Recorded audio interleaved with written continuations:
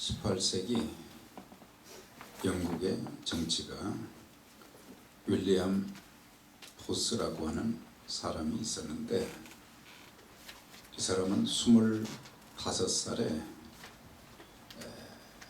예수 그리스도를 구세주와 주님으로 영접하고 난 이후에 그의 인생관이 엄청나게 바뀌었습니다.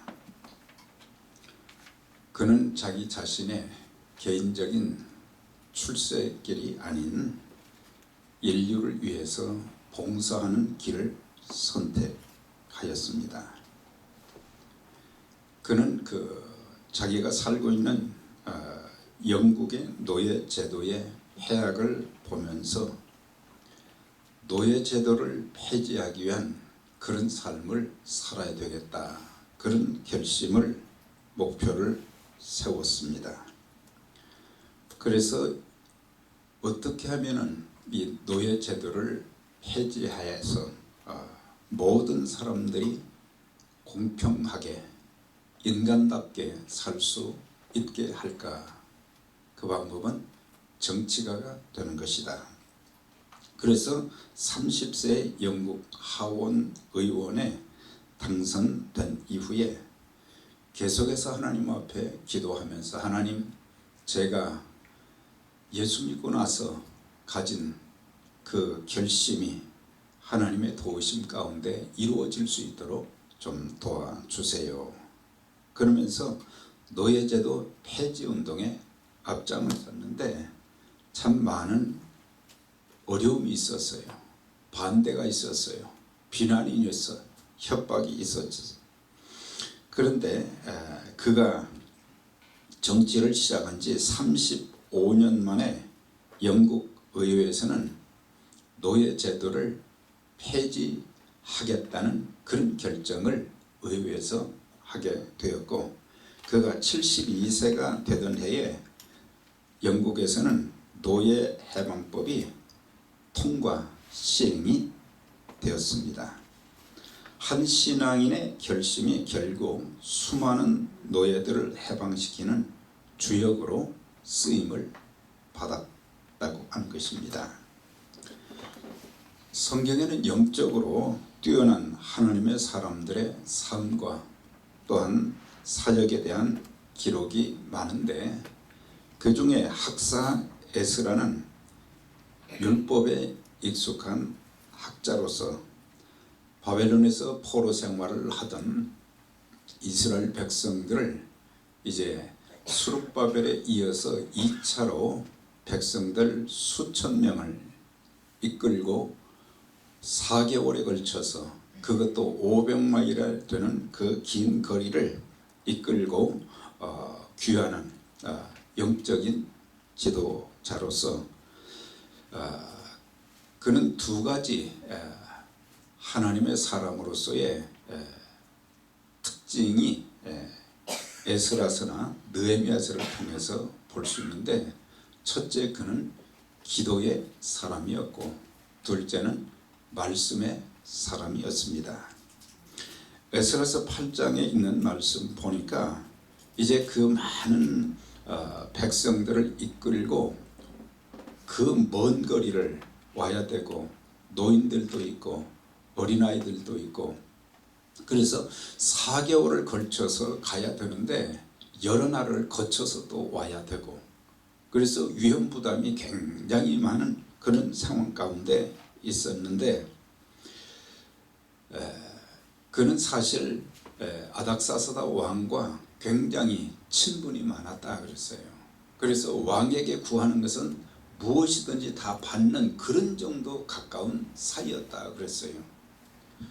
그런데 그는 율법 학자인 동시에 그는 기도의 사람이었어요. 그래서 왕한테 우리가 이렇게 본국으로 돌아가려고 하면 어려움이 참 많습니다. 또 적군들이 또 공격을 해올지도 모릅니다. 여러 가지 위험 부담이 참 많은데 우리에게 좀 군대를 이렇게 통해서 호의도 좀 해주시고 이렇게 해서 우리가 잘 도착할 수 있도록 해달라 그렇게 요청하면 되는데 그것을 부끄러워했다 그랬어요. 많은 권력을 가진 왕에게 부탁하면 많은 도움을 받을 수 있는데 그는 왕한테 부탁하는 것을 부끄럽게 여겼다 그랬어요. 왜? 자기가 믿는 하나님이 전능하신 하나님이신데 왜 하나님의 도움을 구하지 아니하고 사람에게 이렇게 구걸해서 이렇게 손을 벌리는 그런 일을 하지 않겠다. 그걸 부끄럽게 여겼다 그랬어요. 그리고 아하와 강가에서 우리가 하나님의 도움을 받아야 되니 우리 같이 금식하십시다. 그래서 금식하며 기도하고 난 이후에 4개월 동안을 이렇게 참 힘든 여정이지만 예루살렘까지 무사히 도착을 하게 된 거예요. 그런데 에스라서를 다 계속해서 읽어보면 여러 차례 나오는 것이 하나님의 선하신 도우심을 통해서 우리가 다 오게 되었다. 그런 고백을 하는 거예요. 하나님의 선하신 하나님의 크신 손, 하나님의 능력의 손, 하나님의 축복의 손으로 우리를 붙들어 주시면 그 어떤 위험도 능히 이기고 또 하나님 인도하심을 받을 수 있게 되는 것입니다. 그래서 나중에 이렇게 보면 그가 하나님 앞에 구한 모든 기도를 다 응답해 주셨다. 그렇게 말씀을 했어요. 자, 하나님의 자녀들에게 주신 최고의 특권이 무엇이겠습니까? 그것은 기도입니다.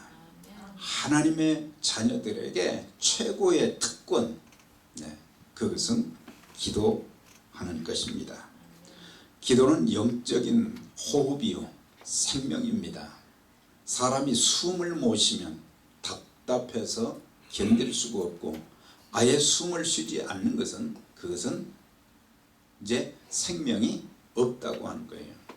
그래서 그리스도인들이 예수 믿고 나서 영적인 생명이신 주님을 모시고 사는데 우리가 기도를 통해서 영적인 생명과 호흡을 하고 그 다음에 주님의 인도하심을 받아야 되는데 이게 없다고 하면 우리는 영적인 기력을 다 잃고 말게 되고 아무것도 할 수가 없어요. 기도는 하나님과 교제의 수단인 것입니다. 기도를 통해서 나는 하나님께 말씀드리고 하나님께서는 또 나에게 말씀해 주시고 그래서 모세를 가르쳐서 하나님께서 친구와 같이 대면하시고 말씀하셨다. 그만큼 가까워졌다고 그랬어요. 여러분들 하나님과 가까우십니까? 하나님과 가까우면 다른 거 걱정할 필요가 없어요. 우리는 유력한 사람들을 많이 찾아다니잖아요. 그러면은 나에게 뭔가 도움이 될 것이다. 그러는데 하나님보다 더 크고 위대한 사람이 세상에 어디 있겠어요. 그러니까 우리는 하나님과 가까우면 평소에 평소에 가까우면 언제든지 하나님께 말씀드리고 하나님께서는 우리에게 또 응답해 주시고 축복해 주시고 일평생 여러분들 하나님과 가까워지시기를 바랍니다. 하나님과 가까워져야 돼요. 가까우면은 자주 만나고 가깝게 이렇게 대화를 하다 보면은 뭐예요? 소통이 잘 되는 거예요. 소통이 잘 돼야 돼요. 평상시에 소통이 잘 돼야 돼요. 기도하면 성령 충만함을 받아서 담대하게 되고 기도하면 하나님의 응답을 받게 되고 기도하면 하나님의 인도하심을 받게 되는 것입니다.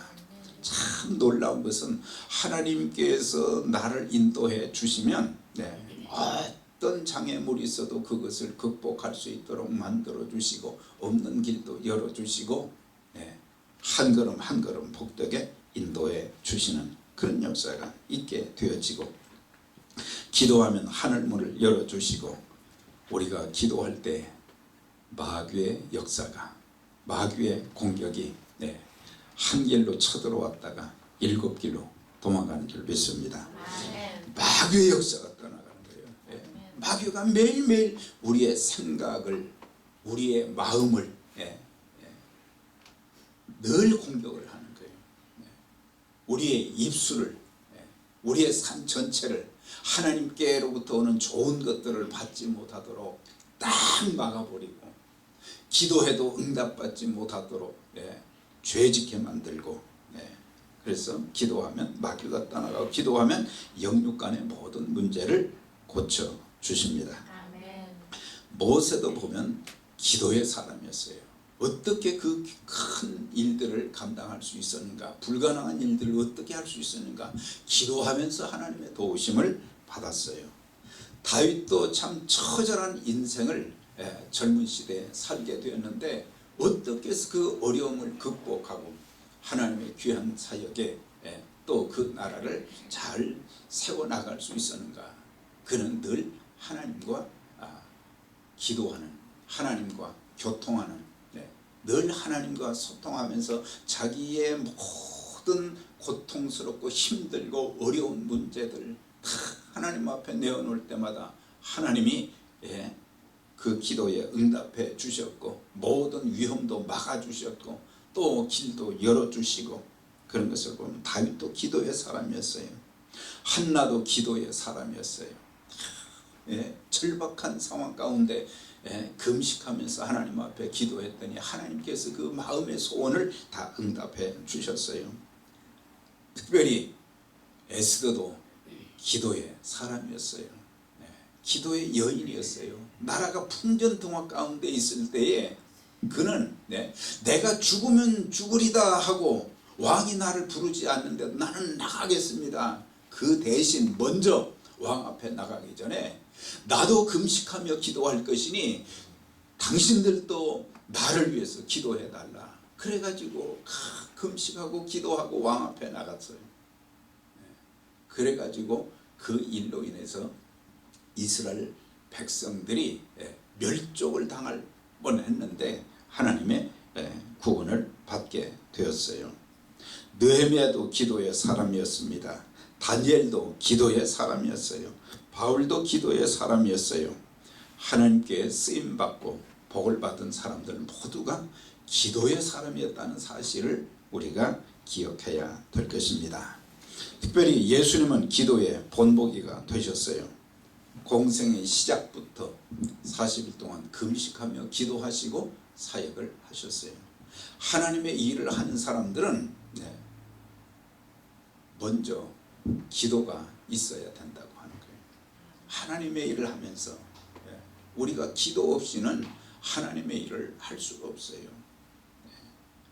예수님은 공생의 사역을 하시면서도 틈만 나면은 새벽 미명에도 저녁에도 이렇게 계속해서 기도하면서 하나님의 인도하심을 받으셨어요. 겟세마네 동산에서도 십자가를 앞에 두시고 눈물 뿌려가면서 심한 통곡과 눈물로 하나님 앞에 기도하셨다 그랬어요. 마지막 십자가 상에서도 견딜 수 없는 그런 고통 가운데서도 기도하시면서 마지막 사역을 마무리하셨습니다. 오늘 우리가 결심해야 될 것이 뭐가 있겠어요? 여러 가지 많은 결심들이 필요하지만 나 이제 운동을 좀 열심히 해야 되겠다, 그런 결심도 중요하지만 이제는 내가 기도하며 살겠다, 내가 기도를 밥 먹듯이 하루도 빠짐없이 하나님과 대면하면서 기도의 삶을 살겠다. 우리 가정을 위해서도 기도하지만 우리 교회를 위해서, 성도들을 위해서도 좀 기도하고, 우리 교회가 좀 하나님의 역사가 나타나고 모든 성도들이 한 마음이 되어서 일제히 모이기도 하고 또 기도도 하고, 그런 교회가 되도록 우리가 기도하겠다는 그런 결심을 하게 되면 성령의 놀라운 역사를 체험하게 될 줄 믿습니다. 자, 그 다음에 이제 보면은 그는 말씀의 사람이었는데 율법학자라고 그랬잖아요. 그런데 그가 바벨론에서 돌아오면서 세 가지 결심을 하게 된 거예요. 세 가지 결심. 여호와의 율법을 연구하겠다. 먼저 내가 그 다음에 연구하여 준행하겠다. 그 다음 세 번째는 가르치겠다. 이 세 가지 결심을 하게 되었어요. 왜 그런 결심을 하게 되었을까? 유다 나라가 왜 망하게 되었는가? 성과 성전이 왜 파괴되었는가? 선택받은 하나님의 백성들이 왜 바벨론 땅에서 70년 동안 인간답지 못한 노예처럼 고통을 받게 되었는가? 그 원인이 무엇인가를 살피기 시작한 거예요.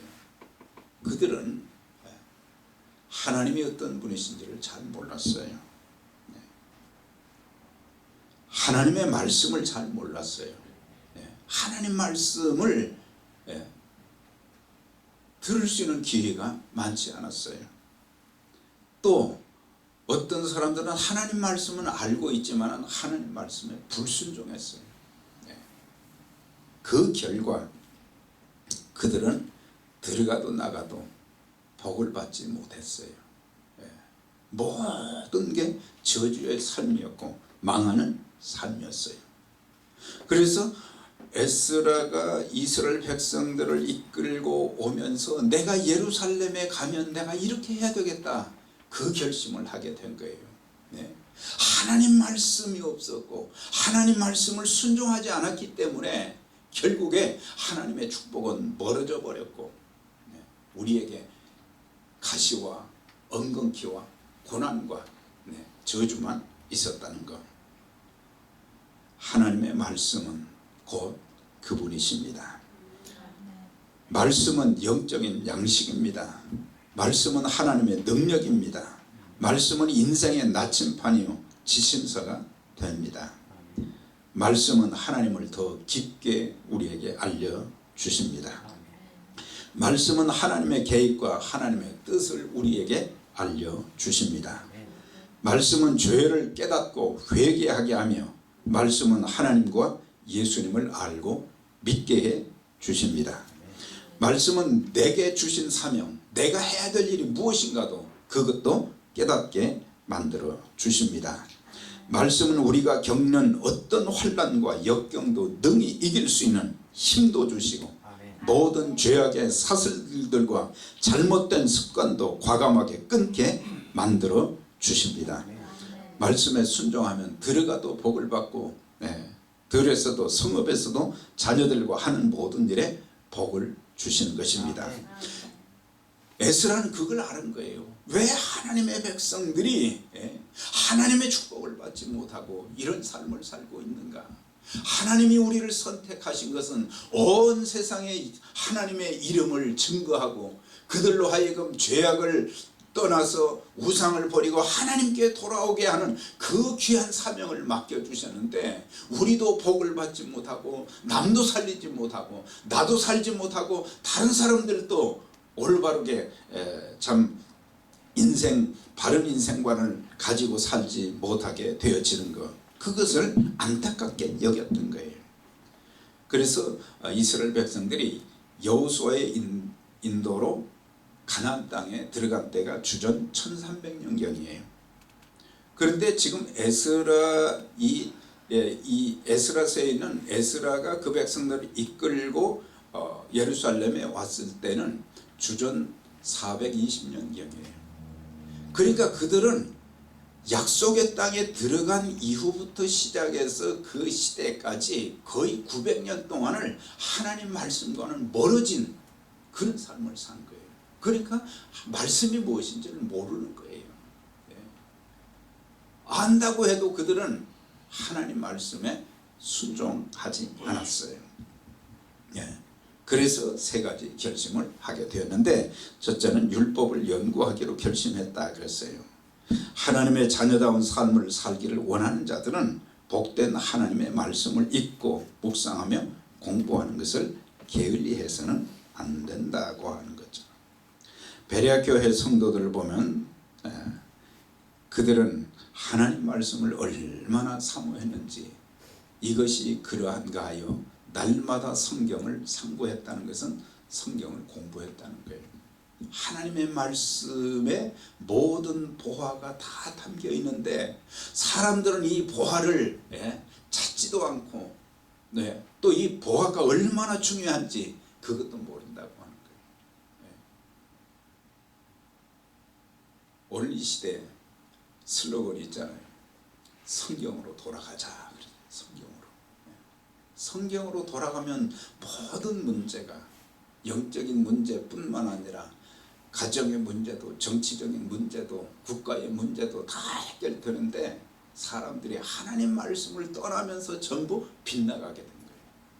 하나님 말씀 떠나게 되니까. 이제 성경을 가까이 하고 우리 모두 말씀의 축복과 능력을 체험하며 물된 동산 같은 삶이 되시기를 주의 이름으로 축원합니다. 그 다음에 율법을 준행하기로 결심했다. 아는 것도 중요하지만 더 중요한 것은 그 말씀대로 사는 것입니다. 에스라는 자신이 성경을 연구하고 그 말씀을 자기가 먼저 백성들에게 본을 보이겠다고 하는 그런 자세로 내가 그 말씀을 준행하겠습니다. 하나님이 가장 기뻐하시는 것은 말씀을 아는 것도 중요하지만 그 말씀대로 사는 것을 가장 귀하게 보시는 거예요. 우리 성경 지식 적지 않게 많아요. 그렇지만은 우리는 그 말씀 하나도 내 삶 속에 내가 그 말씀대로 살고자 몸부림치는 그런 안타까움들이 없다고 하는 거예요.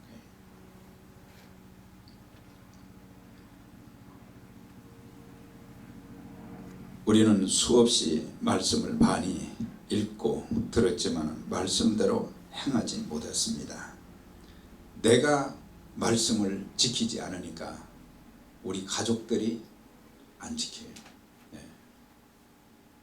우리 가족들, 저희 집 가족들이 안 지킨다는 게 아니고 다른 가족들이 안 지킨다고 하는 거예요. 먼저 신앙생활하는 사람들이 부모들이 하나님 말씀을 준행하고 그 말씀대로 사는 그것을 통해서 다른 사람들이 가족들이 그걸 배우게 된다는 거예요. 목사들과 교회 리더들이 지키지 않으니 성도들이 지키지 않습니다. 말씀에 순종할 때 변화의 역사도 고침받는 역사도 회복의 역사도 축복의 역사가 있게 되는데 이제 우리 모두 말씀에 순종하는 본을 우리가 먼저 보일 수 있기를 바랍니다. 내가 말씀에 순종하는 그것을 먼저 다른 사람들에게 보여야 된다는 거 아니에요. 저 사람 왜 저렇게 살지 그렇게 하지 말고 내가 먼저 말씀에 순종하며 사는 그런 본을 보여야 되는 거예요. 예배의 본을 보여야 되고 기도의 본을 보여야 되고 섬김의 본을 보이고자 오늘 이 시간을 통해서 일평생 이렇게 말씀의 본, 순종의 본, 예배의 본, 기도의 본, 섬김의 본을 이렇게 보이며 살겠습니다. 그런 결심하는 귀한 시간 되시기를 바랍니다. 자, 이제 그 다음 보면은 율법을 가르치기로 결심했다 그랬어요. 이것은 내가 알고 있는 말씀, 내가 배운 말씀, 연구한 말씀을 다른 이들에게 가르치고 전해야 된다.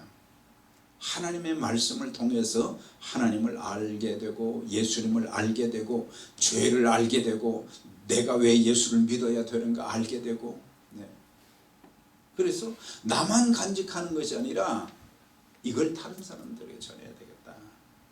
샘물은 우물물은 옛날에 자꾸 이렇게 퍼내면 거기서 또 신선한 물이 계속해서 나오듯이 내가 있는 것 그걸 나누게 되면 자꾸 새로운 것들이 이제 그래서 나도 살고 다른 사람도 살리게 되는 거예요. 그런데 그냥 놔두면은 여기에서 말이죠 썩어 냄새가 나는 거거든요. 우리가 복음을 다 받은 사람들입니다. 복음도 자꾸 나눠지게 되면 내 영혼도 살고 다른 사람들도 살게 되는 그런 역사가 있게 되는 것입니다. 느헤미야 8장 9장에 보면 에스라가 백성들에게 율법의 말씀을 읽어주며 가르칠 때 백성들이 죄를 회개하면서 하나님 말씀에 순종하겠다, 우리가 이렇게 살겠습니다, 그렇게 결단을 한 것을 보게 됩니다. 이제 우리 모두 기도와 말씀의 사람들이 되어서 복음의 도구로, 축복의 도구로, 부흥의 도구로 아름답게 쓰임을 받는 저와 여러분들이 되시기를 주의 이름으로 축원합니다. 기도하겠습니다. 우리가 이제 함께 한 마음으로